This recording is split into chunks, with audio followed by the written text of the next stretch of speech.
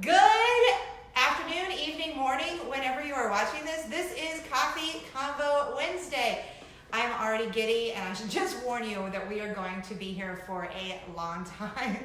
My name is Cindy Simmons. This is Coffee Convo Wednesday for Wednesday, June 5th, 2019, episode 163. You may remember this girl, Michele Atwood from the Main Street Mouse. She has been on the show before, and I'm super excited because this is going to be a show all about Star Wars Galaxy's Edge. This is why I can't have more than one cup of coffee a day.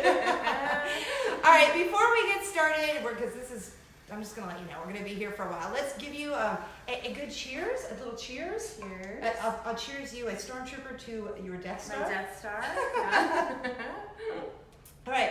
This is a show where basically normally we talk about three things. We're here for like 15, 20 minutes. And then at the end, I hook you up with something amazing.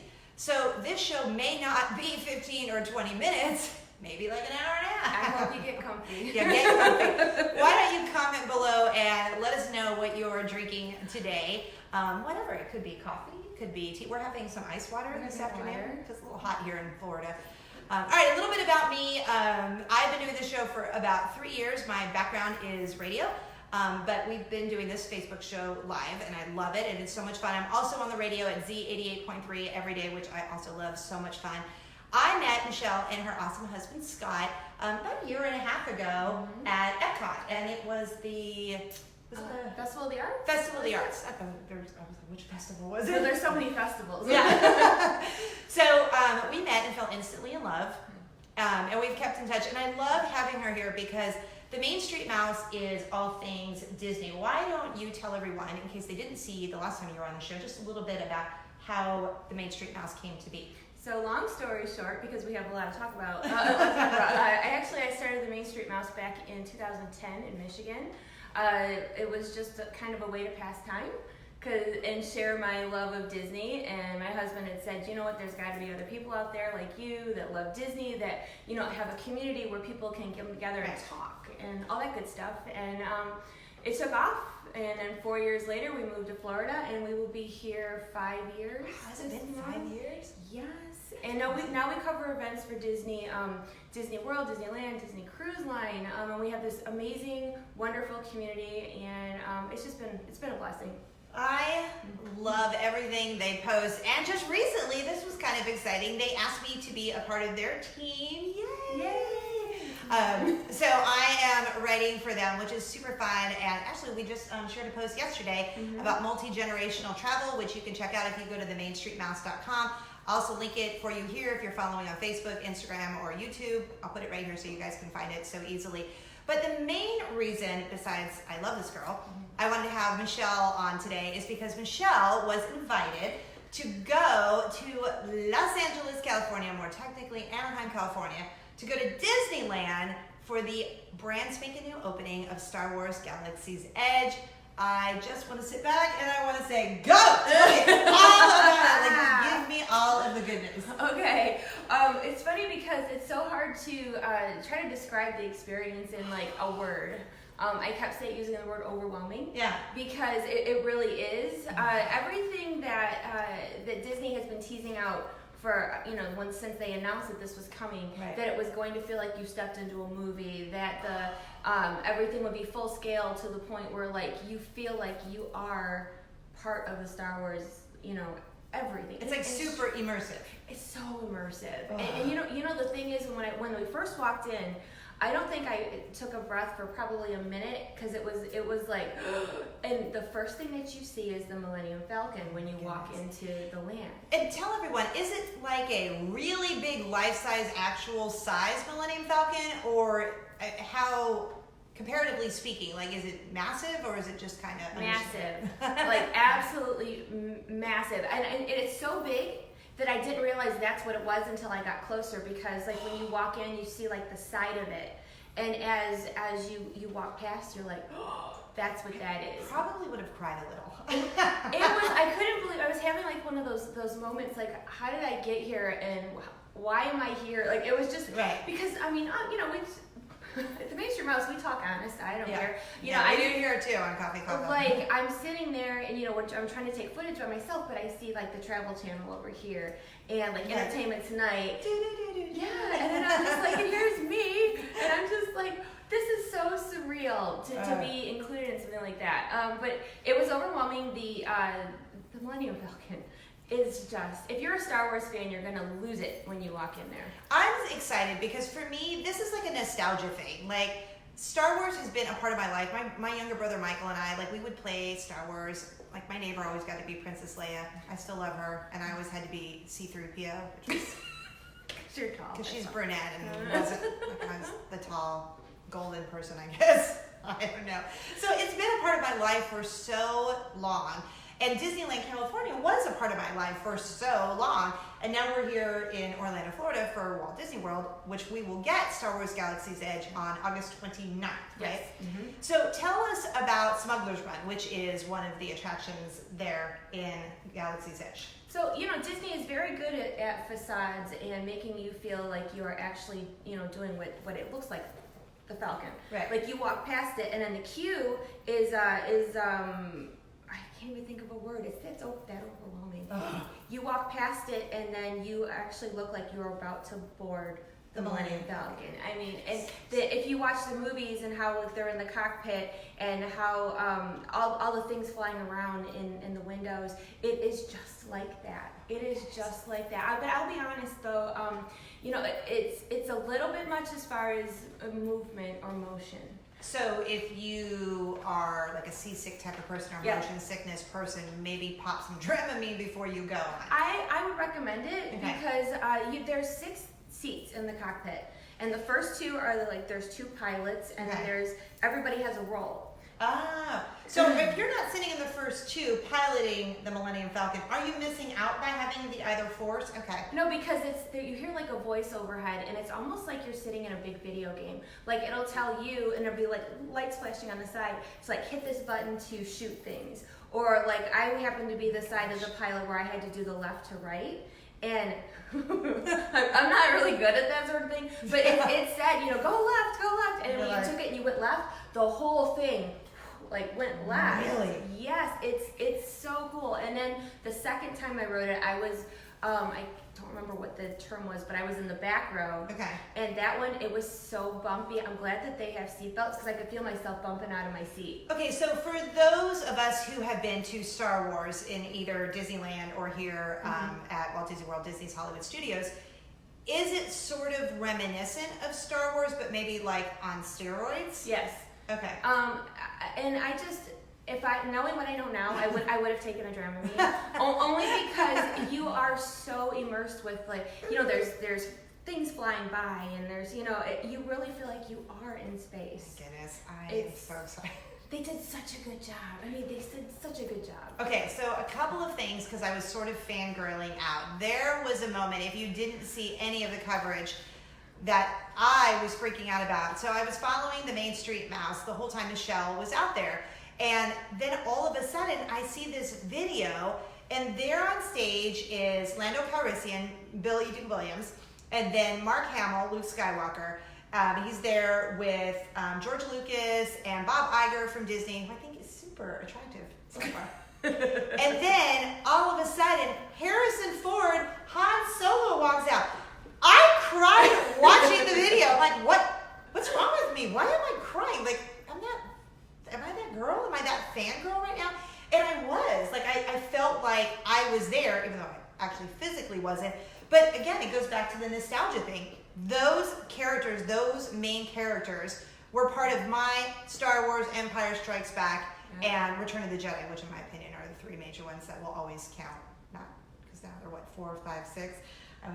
We grew up on that stuff. Right. So of course, it gives you all the warm fuzzies inside. But how was that? So when you're there and you see Luke Skywalker and Lando Calrissian come out, and then Han Solo comes out, I mean, were you dying? I was. And the thing is that we were kind of speculating.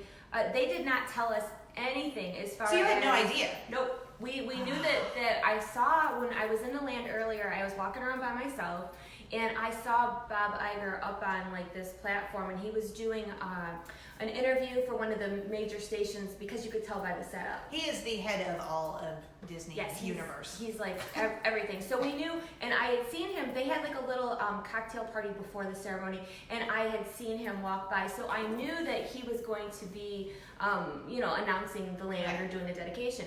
But they did not tell us anybody else who was going to be there. So. It just kept. It was one of those things that George Lucas came out first, and then it just kept coming and coming, and I was so excited that I forgot to put my camera on like a stabilizer. So I'm holding my arm like this, and I could feel myself starting to shake a little bit. And then so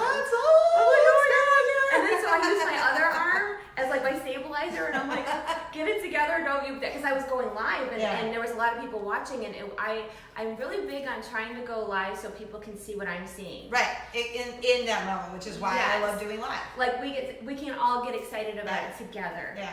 And that's how it was, because people are going like, I'm watching the comments, I'm trying to watch them, I'm trying not to drop my camera, and everyone's like, oh my gosh, and it just kept getting better and better. And I really think that it's one of those pivotal moments that I will never forget. Like, how can you? Like, I will never, ever forget that. A moment from your childhood, almost like doing full circle.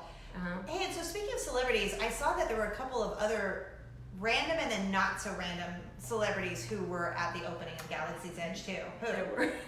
Like, kind of random. Yeah, it is random, because during the cocktail party when I saw Imagineers, I saw we were standing in line, and people talk. Right. And people are like elbowing each other, like, look, that's Pee Wee Herman over there. And people don't say Paul Rubens, they say Pee Wee Herman. Because, again, no one calls him Paul Rubens. Poor guy. Sorry, Paul Rubens. Poor guy. And I was dumbfounded, because I was like, come to find out, he's the voice of Rex, and the droid in the cantina that does the music that they have there. He's the voice of that, so that's why he was there. Well, that makes sense, because he is one of the voices also in The Nightmare Before Christmas. So this isn't like his first rodeo of doing voiceover work. No, so. and people that know Disney know why he might be interested in visiting. Everyone else would be like, why is Pee Wee Herman here? But it was so weird to see him. And and I didn't approach, like, everybody who we saw, I did not approach, because I just didn't feel it was appropriate. But I was standing there, That may have been awkward. It might have been, but I did have a fangirl moment. I had a few, because I didn't want to bother people, but I was watching. Of course, I would too. I was watching. So Brie Larson was probably Captain Marvel. Captain Marvel was probably from like 5 feet away from me. That's awesome. I didn't recognize her. Really? I didn't. She does not look how she does when she's in her getup. She was, excuse me, she was very plain dressed, nothing fancy. I actually have not seen Captain Marvel yet, and I don't know that I've really seen her in a ton of stuff. So I don't know. It probably would have been worse for me, because you've seen Captain Marvel. I have not, so I haven't. It was confusing, because even though I had seen the movie and I loved the movie, it still took me. Do you ever see somebody, like, whether it's Disney or it could be anything? Yes. And you look at somebody and you're like, is that so-and-so? And you're pretty sure it is, but you don't want to say 100% that it is. I saw Amy Adams at Disney's Animal Kingdom once, just randomly there with her family, that I Googled Amy Adams. And then I was doing this, like, making sure it was really her. Well, right, so, because you could be mistaken, because people don't look the same in real life as they do when they're in a movie. But yeah, she was there, and she seemed to be like with like maybe just 5 girlfriends or whatever, like nobody famous. But I saw her in the cantina too, and I was like this close. I'm like, nope, not doing it. No. But it was very random. Like Kareem Abdul-Jabbar was there. Now he's like, you can't miss him. You can't miss him. He's rather tall. He's a bit tall. We were just kind of like trying to enjoy it, take it all in, but also keep your eyes open as to who could possibly walk by. Ashley Eckstein was in the cantina too, and she does her Universe clothing line for those who don't know. I bought this, really, sidebar for just a second, I bought this outfit once on a website that was kind of Star Wars related. I bought it because it was really cute. It's like a tracksuit, and I had no idea who she was. And so when my daughter and I went to Star Wars Galactic Nights at Disney's Hollywood Studios last year, she was there. She has a book, and she was signing her book. And I'm like, oh, who's that right there? there? And they're like, oh, that's Ashley Eckstein from her universe. And I'm like,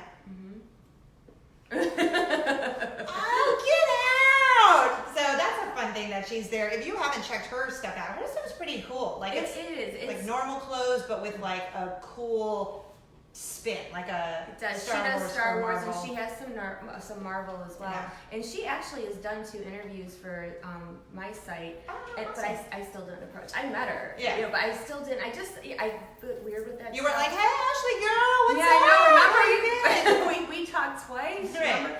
But no, I just felt like it wasn't the place, but as much as I wanted to, and I was standing back at the cantina, and you can see if you're at these events, the cast members in like a plaid vest, those are the ones who are with celebrities. They're VIP. Yes. So when I saw them walking by, I'm standing back trying to figure out who is the celebrity that they're with.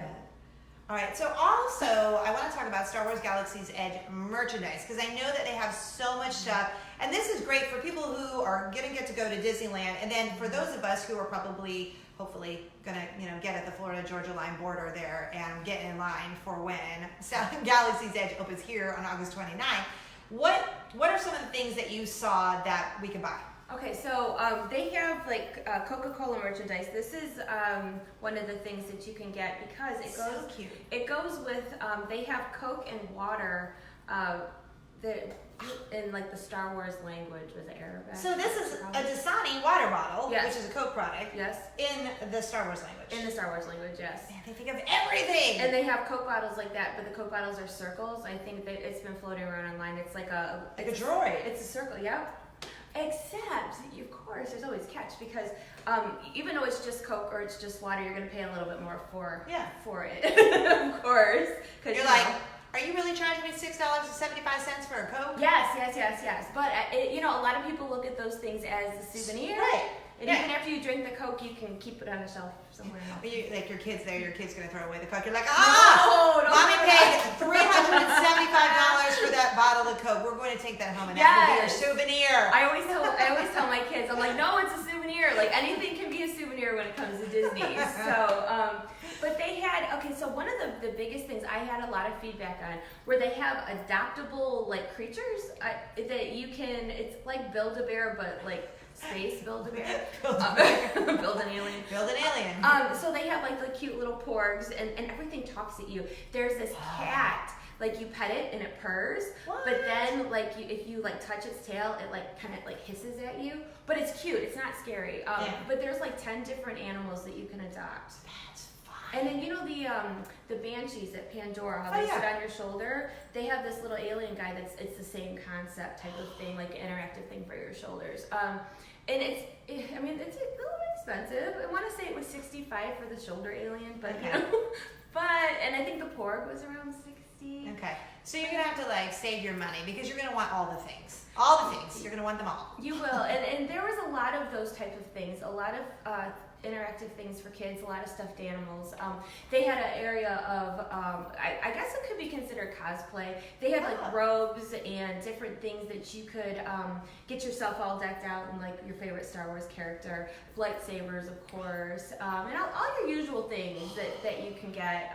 But like everything, because it was opening weekend or week, whatever. Well, I'm still in California time. I don't know when it is. I'm so tired. So she came right from Star Wars Galaxy's Edge to be right here on Convo Wednesday. I must ask my husband so many times, like, what time is it? What day is it?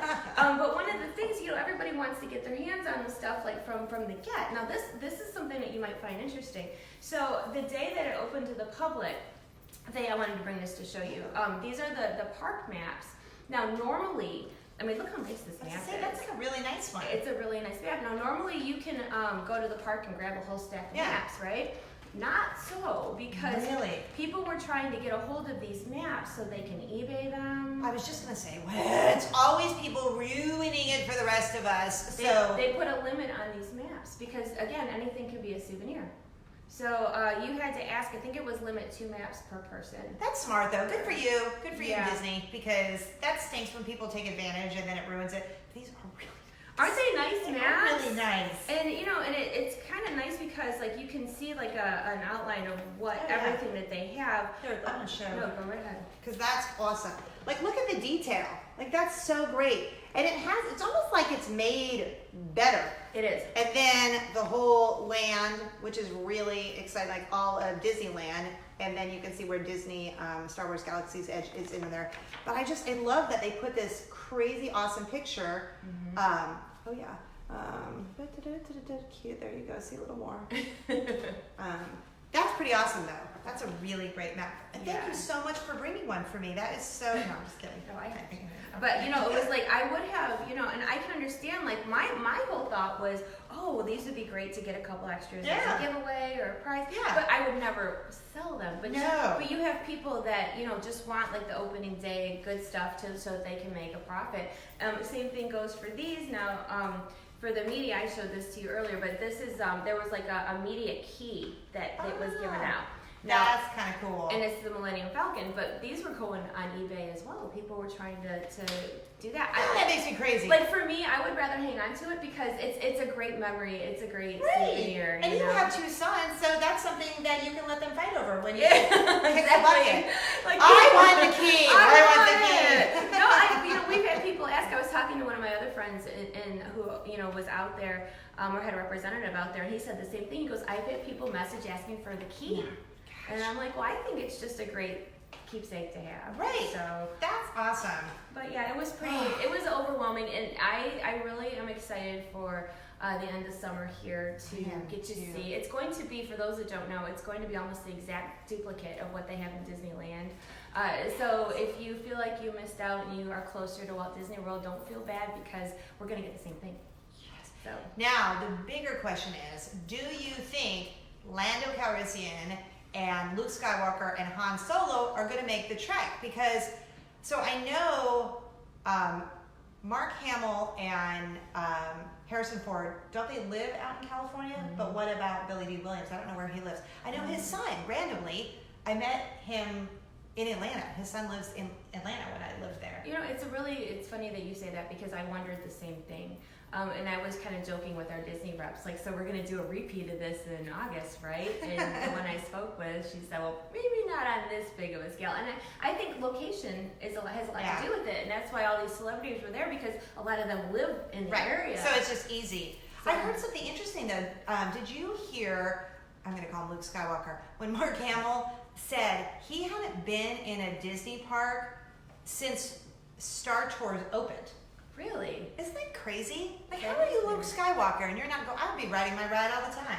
No, because he used to go for Star Wars weekend, so maybe he meant Disneyland. Maybe he meant Disneyland. Because he would make appearances here and there in Orlando. Okay, maybe he meant Disneyland, because I was surprised when he said that. So maybe you're right. Maybe that makes more sense. Maybe he was talking specifically about Disneyland. It's so weird because, people group the two together, as far as Disneyland, Disney World. And I've always been a Disney World person because that's where I've been to so much. But when you go out there, you really notice the differences between the two parks. I mean, there's some, I think their Haunted Mansion is better in Disneyland. I think their Pirates is better. And I'm going to go on a ledge and say the food is better at Disneyland. Well, I will say the Pirates, it's funny because when I came to Walt Disney World for the first time, I was still living in California, and I remember going, but there's more dips. Where are the dips here in Florida? There's more dips in California and Pirates of the Caribbean. But I get that. And for me, though, I think it's because I grew up going to Disneyland. But now, even though we've only lived here for I guess a year and a half now, we've been coming to Walt Disney World, though, more. So probably for the last 10 years. So this is kind of becoming my Disney home now at Walt Disney World. And I had just gone out to Disneyland with my husband in October for Halloween, and that was the first time we had been there. I had been there. He had never been there. It was the first time I had been there in a million years. But there's still that nostalgia. So there is, and what was really cool too is that they just had a refurb of the castle, and so the walls just went down like a couple days before I got there, and Sleeping Beauty Castle was like freshly painted with like the blue and the pink, and it's just, it looks so good. It's so funny because people say to me, what did you think of the castle? Because our castle at Disney World is so big and elaborate, it is. And Sleeping Beauty Castle, it looks so tiny. Teeny tiny. It is, but in a teeny tiny living space. It is, but you know, like you said, that's Walt's original park. Yep. There's magic and there's nostalgia in that park, and it's something that you have to experience. I really believe that. It's so good. Well, in Walt Disney World, aren't we coming up on 50 years, right? In another 2.5 years. Yes. It's their 50th anniversary here at Walt Disney World. So I know that's going to be super exciting. With all the new stuff that's opening as well. I mean, if you go to Disney World now, like everything is under construction. I mean, every park has construction. Right, because there's so much goodness coming though, which is what makes me really excited. They're trying to get everything ready for the 50th, like the Guardians ride at Epcot or the Tron ride at Magic Kingdom. Yep. So there's a lot of good things coming. I can't wait. Okay, speaking of good things coming, we're doing something fun tomorrow night at Magic Kingdom. Villains After Hours. I can't wait for this because you've done After Hours before. After Hours is a separate ticketed event, and it's basically where they close the park down for technically 3 hours, but they always let you enter the park a few hours earlier.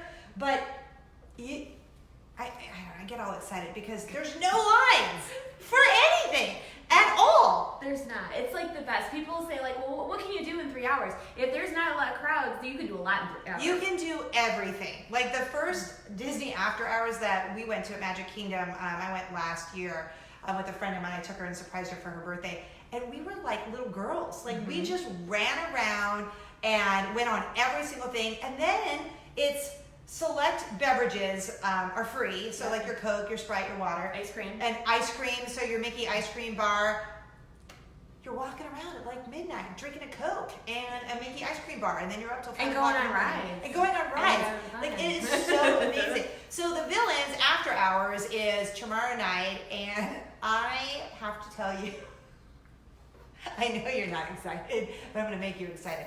Okay, if you've never heard about Disney bounding before, I am not like the one you would ask because I am not a professional Disney bounder. And Disney bounding is basically when you wear like regular clothes that are inspired by your favorite character. So if I was wearing, say, maybe a red and white polka dot dress and I was rocking some yellow Converse, I would be Disney bounding as Minnie Mouse. Right. I'm very fascinated by this concept because I kind of think it's a way to wear a costume without wearing a costume. Because you're not wearing a costume. No. You're wearing an outfit that is inspired. So, the Villains After Hours, they have said, hey, you just wear your fun attire, your villains attire. We want to see what you're going to come up with. So, I call her and her husband. I'm like, hey, are you into Disney bounding? Because I am telling my husband, we should Disney bound. He's like, what do you want to Disney bound as? I don't know. Well, don't we have to have an idea? I'm like, yeah, let me think. Okay. Okay. What's something that we could do as a couple? All right. So I go through this whole process. So I finally come up with Descendants. Because, we're all 18 years old here. Descendants, my daughters are obsessed with the Descendants movies. And the third one comes out at the beginning of August. So they're like giddy. So I have decided, okay, well, I'm going to do Evie. I'm going to have Eric do Carlos. So I text Michelle and call Michelle and her husband Scott or whatever. And I'm like, hey, do you guys want to Disney bound when we do Villains After Hours? She's like, yeah, but I've never done it before. I'm like, okay, well, like I've done it like once, maybe twice. We can do this. She's like, okay, who are you thinking? I'm like, Descendants. She's like, okay, I've not seen Descendants yet. I'm like, oh, I forget you have 2 teenage boys. So they watched Descendants, and guess who is going to Disney Bound with us tomorrow night? Oh boy. This girl and her husband Scott. We're gonna try, and it's so funny because he put on the Descendants, and my younger son comes walking in the kitchen, and he goes, "Why are you watching Descendants?" So they knew what it is. You're like, how'd you know? How'd you know? Watching? They both knew. That's the thing. They both knew. Oh my goodness. It's that Disney Channel that's running all the time. I love the movie. I love the music. I have no shame in my Descendants game. Like I'm always singing the music, but it's because my daughters listen to it and watch it all the time, and they know like every single word to every single Descendants song, and they sing it constantly.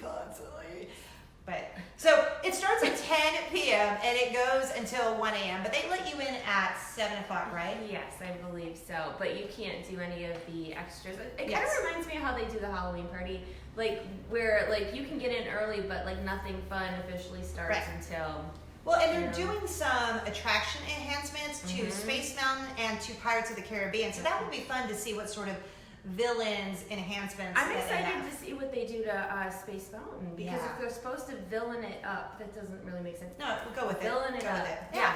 So I'm wondering if they do, like at Disneyland right now, they had Hyperspace Mountain. Oh yeah. So, and that's like Star Wars music to Space Mountain. Yes. And at Halloween they did something weird. It was just dark. Do you remember that? Yeah, they did it because I did it at Star Wars at Space Mountain in Disneyland when we were out there. Yeah. So it'll be interesting to see how they make it a villain's attraction. I'm excited. So next week, Michele won't be here. We're going to make her come back again, but I'll give you the whole wrap up of Villains After Hours. And of course, I'm going to bring you back something because I love to give you prezzies, because they're going to have like Villains After Hours merchandise just for these events. So it starts Thursday night, depending on when you're watching the show, and it runs through, I think it's August. But I'll give you all the scoop next week on that, and it is a separate ticketed event. But I'm telling you, it is worth it if you're going to go to Magic Kingdom.